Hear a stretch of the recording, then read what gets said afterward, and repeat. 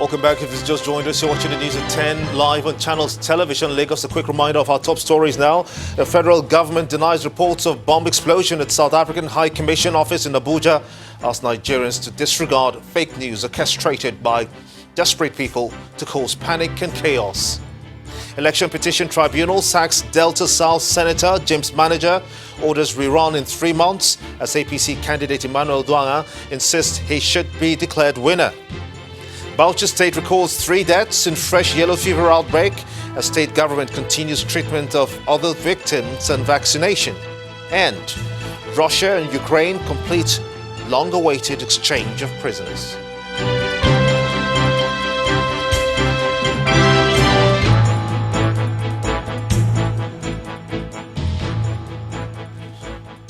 For more information on our top stories, please visit our website. It's channelstv.com. youtube.com/channelsweb has videos of our shows. Authorities at the Minna airport in Niger State have denied reports of a near disaster involving an airline carrying 550 pilgrims returning from Saudi Arabia. But the Accident Investigation Bureau disagrees, saying that it was a serious incident because the engine of the plane brushed the runway surface, although no injuries was reported. A source told Channels Television that it was only an incident and that the aircraft merely landed off the center of the runway, describing it as an incident and not an accident. Explains that many of the passengers on board did not even know what had happened until they disembarked from the aircraft. The incident, which is reported to have occurred around 5 a.m., was immediately put under control by the pilot.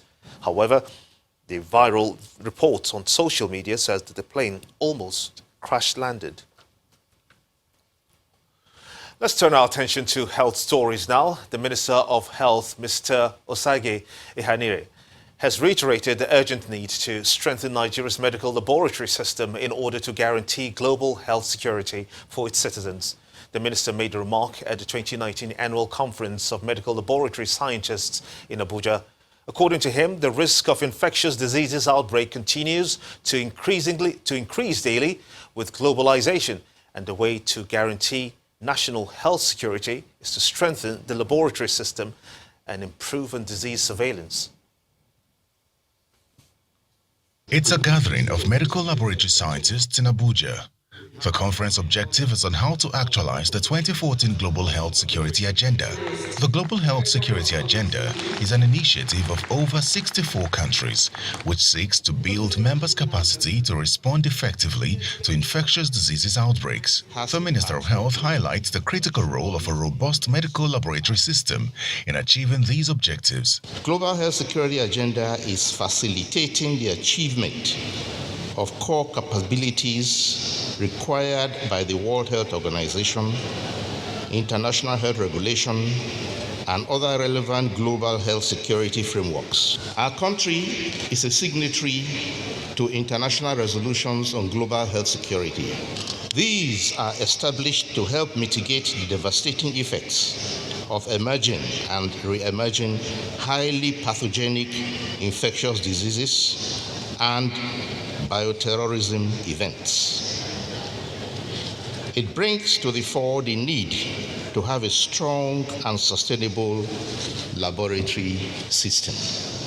Although Nigeria is signatory to the Global Health Security Agenda, poor response coordination during diseases outbreaks remains a major challenge. We have personnel that can respond to outbreak, but what are the challenges? Yes, we have made progress, but the major challenge in outbreak response in Nigeria is that we do not have a coordinated response. The laboratory system in Nigeria is not coordinated properly. And the reason why this has happened is because at the Federal Ministry of Health that is supposed to coordinate the response, the structure is not there. Since 2014, when Nigeria battled the outbreak of Ebola virus, the country has continued to witness several other diseases outbreaks, such as Lassa fever, cholera, and monkeypox. The consensus at this conference is that there is an urgent need to strengthen disease surveillance and the nation's medical laboratory system in order to prevent or properly manage infectious diseases outbreaks, which in most cases are trans-border. 3 persons have been confirmed dead from the outbreak of yellow fever in Bauchi State, with 23 other suspected cases and a few persons receiving treatment at the Abubakar Tafawa Balewa University Teaching Hospital. The executive chairman of the State Primary Healthcare Development Agency, Dr. Rilwanu Muhammad, confirmed this to Channels Television today when he visited the patients, most of whom were seen unconscious, and one of them a ranger at the Yankari Games Reserve.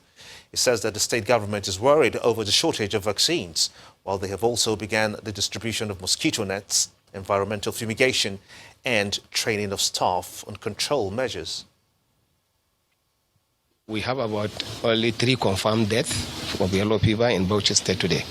And then we have 23 cases of yellow fever. Even today, 7 samples was taken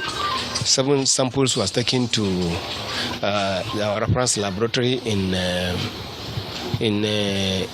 Abuja, Gadua in Abuja. And our concern is that even here that we came, we see that we have about 4 patients. It cut across about 3 local government. Bauchi local government, Alkaliri local government actually is a reference area where it is Yankari Game Reserve, our famous Yankari Game Reserve, and Tafawa Balewa local government. We have cases that we have taken sample, but the confirmed cases are all from Alkaliri local government, and we are trying to see what we can do. We make arrangement on how to contain the virus. One of the arrangement is that we started reactive vaccination over 3 or 4 days ago. We are trying to see that we vaccinate the people around there who have no cases, who have no fever. And then we also trying to see that the cases that we saw, particularly the one in Bauchi yesterday, we lost a patient who was actually moved to Yankari about a week ago and came back. We lost him, so we started following him. In epidemiology, you have to follow the contact. Immediately we were following yesterday, we got 2 people again. And 2 people were also taking sample. And then our concern is that since the vector is Aedes mosquito, and we need to eliminate it or minimize it in this environment. We're now being joined on the news at 10 by Dr. Veli Emina, a public health physician at the Lagos University Teaching Hospital. I want to thank you so much indeed for coming on the news at 10. Not much has been heard about this yellow fever threat till recently. Of course, we did hear about it in 2017 as well as 2018 and now 2019. This eruption and the dangers that it comes with, where did we get it wrong? Have we missed something at all? Well, I won't say thank you for having me. But I won't say we've missed something. It's just because this is West Africa, and where we know that we have abundance of mosquitoes, from Aedes to falciparum to other different species. And so because of the peculiarity of our climate, okay, most of these mosquitoes drive in these areas. So the onus is on us to ensure that we do the needful. By doing the needful, that means we take care of our environment, we protect ourselves, and we get vaccinated against some of these diseases like yellow fever. Like the minister said, we have vaccines that can protect us, you, me, everyone, from yellow fever infection. So we all need to do is to get vaccinated and protect ourselves against the infection.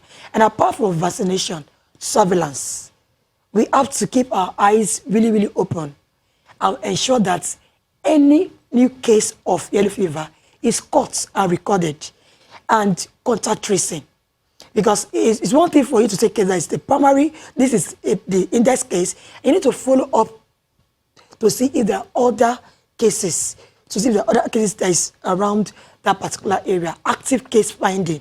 So you can get other people that are also exposed to this infection. Good enough that Bauchi State is already taking steps to try to contain this, but they're complaining that they don't have enough vaccines in as much as they want to do more to try to contain the spread of the disease. But looking at the global picture, shall I say now the national picture, we did record the same in 2018, where I think it was reported largely that almost all the states in the Federation had one case or the other.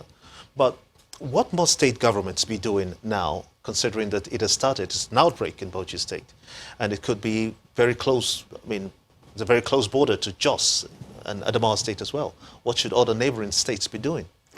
I think other states should try to quickly put machineries in place. One, vaccination, to ensure that those that have never been vaccinated before, or maybe those that have been vaccinated like 10 years or more ago, should get vaccinated.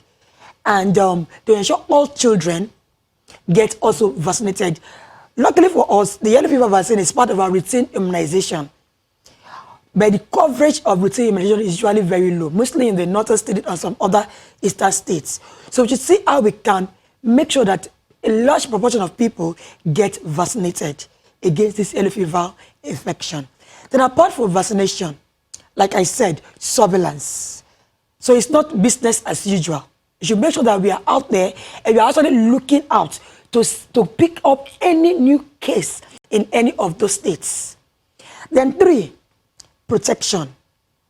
There's no woman-to-woman transmission right now. What we have is mosquito to man, okay? And like where it was got in Bauchi, the Yakara Game Reserve, okay? It's a reserve place where, people come there, you have animals, monkeys, and all. So it's from the infected monkeys that the mosquito pick it up and it's transmitted to humans. So humans now need to protect themselves. And protection, this is a period to start putting on long sleeves, long trousers, stockings, to make sure that you reduce the area where mosquito bites can come in. Then apart from personal protection, environmental sanitation. We need to make sure that our environment is well taken care of. We don't leave water because the mosquitoes now breathe on both clean and dirty water. It's not as if it's only clean water right now, both clean and dirty water.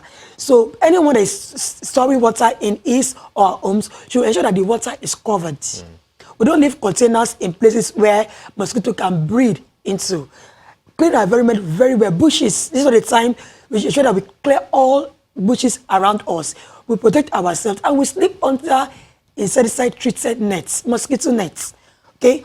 Under it, on the windows, on the doors, to ensure that mosquitoes don't get in, both in the mornings and at night, because the Aedes aegypti mosquito we're talking about in yellow fever breeds during the mornings. Oh, okay. That's a good place to let it rest. I must sincerely thank you for talking to us on the News at 10. Dr. Veli Amina, my apologies. Yeah. A public health physician at the Lagos University Teaching Hospital. Thank you for sharing your thoughts with us on the News at 10. When the News at 10 returns, Federal Inland Revenue Service targets 8.9 trillion naira revenue in 2019. That's on Business News. Join us again.